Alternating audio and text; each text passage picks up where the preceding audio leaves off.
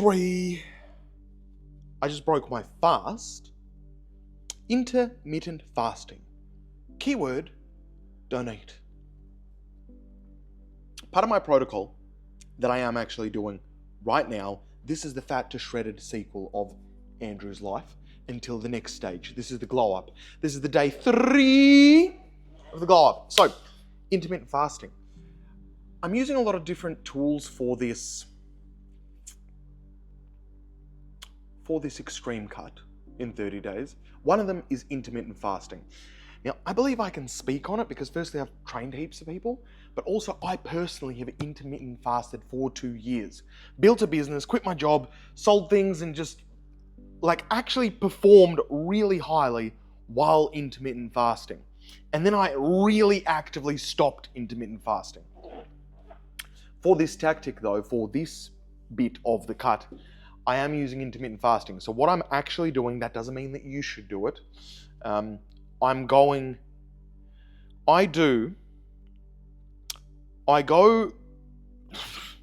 wake up, I drink water with a bit of potassium in it. Potassium is really hard to get because too much of it can kill you. So I have a decent amount of potassium from my secret source. I have a bit of salt as well in the water, sometimes not, depending, because I don't have a lot of carbs. So that will usually wake me up. Cortisol's high, the stress hormone's high, so I wait for the stress hormone to calm down. Then I have a coffee. Then, still not eating, then I go to the gym. I do weights for roughly 40 minutes to an hour, heavy, still fasted. Then I do 2 hours cardio, still fasted. So it's like a 3-hour workout plus the morning section, still fasted, and only then when I come home, I can eat. So intermittent fasting is a good tactic for a couple of reasons, and try and put everything that you've heard to the side. Try and put, intermittent fasting gives you growth hormone gains, and it makes your body flush out the toxins, and it's sharper, it's better, it makes you lose body fat. The first thing I think for me was in understanding my relationship with food, or what was real hunger and what wasn't hunger, is I think that everybody should practice stopping eating sometimes. You know, it's breakfast, skip breakfast. Okay, I didn't die. Skip lunch, still didn't die. Then some people go, but I can't work out fasted. Have you tried? So I think for a lot of people, you do need to try and not eat and then do the things that you normally do, just to experience that your body can still function without you having eaten the food. And for a lot of people, they'll eat a cookie or they'll eat something and they'll be like, I feel like I've got energy immediately. Newsflash, you don't have energy immediately. Even if you've got the fastest acting carbohydrates like sugar, straight sugar syrup, it will still take, 10 to 15 minutes for you to feel the energy. Not saying that you should drink sugar drinks. So a lot of the time, we psychologically are addicted to food and needing to eat to have enough energy. Where a lot of the times, actually, you're just lethargic because you're probably crashing for food, and just wait it out a little bit, and then you'll be like, where's this energy coming from? Well, it's stored on you. That's what it's there for. Right? So, I'm telling you this kind of in an all-over shot because intermittent fasting in general is just, it's good and it's not good. So after 2 years of doing it, is it good at keeping you lean? Well, yeah, because you don't have to think about it. You're like, I can only eat for 6 hours. There's only so much you can eat for 6 hours, right? So it's like the hack. But really, have you mastered your eating then? Probably not. So I now use it as a tactic here and there, especially when I need to sort of cut fat, or at least when I'm entering the diet to make it a little bit easier for me. Intermittent fasting does not put on more muscle. I would say intermittent fasting is detrimental to muscle growth. I had 2 years while I was intermittent fasting and then 2 years not intermittent fasting. So I would have some protein before my workout, or, upon waking up, some protein. And the difference was huge in the muscle growth and in my performance in the gym as well. Now, sure, you can run on cortisol, you can run on high stress, and you can be like, yes, I'm going to do it and it's going to be great. But none of that actually helps you build actual muscle. Now, that's not to say that you can't build muscle in intermittent fasting. I did, and it was great. I just think the other way around, you build more.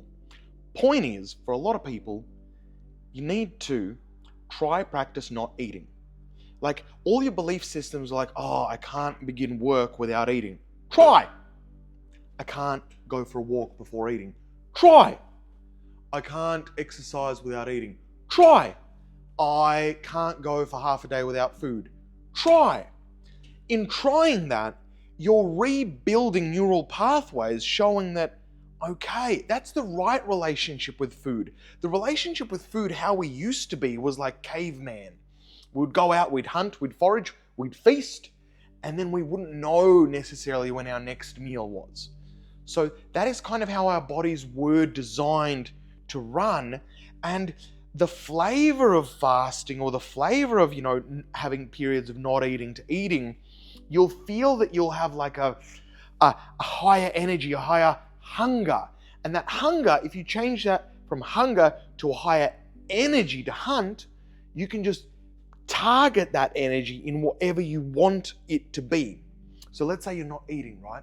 And you're like, I'm hungry. Channel that to, I'm going to smash the gym, or I'm going to write the fuck out of this book, or I'm going to get this essay done, or I'm going to send my mum a big text telling her fucking, I'm going to start a fight with my girlfriend. Don't do that. I may have started that today. Actually, could you tell me if I'm crazy? Tell me if I'm crazy. I have a trauma, right? I used to get bullied at school a lot, right? And there was one situation where I was surrounded by hundreds of people and all of them were shouting things at me.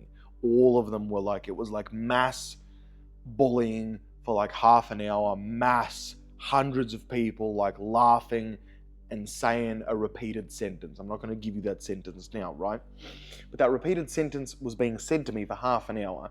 And I think that's what kind of, as much as that was traumatic, that's what built my resilience as well, because most people's biggest fear is not only for one person to reject them, but hundreds of people to reject them, hundreds of people to reject them, laugh at them, and point and throw stuff at you. Like that is and used to be in the olden days as torture as bad as death. So because I've experienced that, you can't fucking break me. But anyway, point is, it's a touchy subject, right? So to my partner right now, I'm scrolling through my phone and I was like, oh, look, see this bit? And she was like, oh yeah. And she said the statement that people used to say, because she knows it, and then immediately let out a laugh. I was like, did you just laugh at my most traumatic event? Oh, it was a slip up. I was like, that's all right. I'll leave it. I'm angry. I'm in a cut. So I'm on the treadmill, still not eating, still firing energy. And I'm thinking, the mental model that this person has is definitely not one of being in my world, or not being of one of severe empathy. If you really get a core, there's that one or two things that you can't tell a person, that, you've got a person there and you just can't tell them that thing because it hurts them, or it's their biggest thing, it's what they're working through, And this was one of my things. Now, I don't need to work through it. I've worked through it, it's fine, but it's still there in the background. We find that for most people, they have things that happen to them in childhood that are still there in the background. You may not be being used by it, as in it may not be present in your everyday, but somewhere inside of you, that little core is there. She laughed at it. Anyway, I said politely, that hurt me greatly. And I'll tell you why. It's not the event itself, it's the fact that I don't feel supported in general, or seen by you, or that you're not in my world. And empathetically, that could never have come out of your mouth if you were really, rooting for my success. So I've said I needed time. So my question to you is, have I done the wrong thing? I believe I've done the right thing. Am I not seeing clearly? I think I am seeing clearly. And yeah, look, people make mistakes, people make this, and I guess you don't know the insides of my relationship, but you will. You're going to know everything about my life, so buckle up. If you're not subscribed, just subscribe.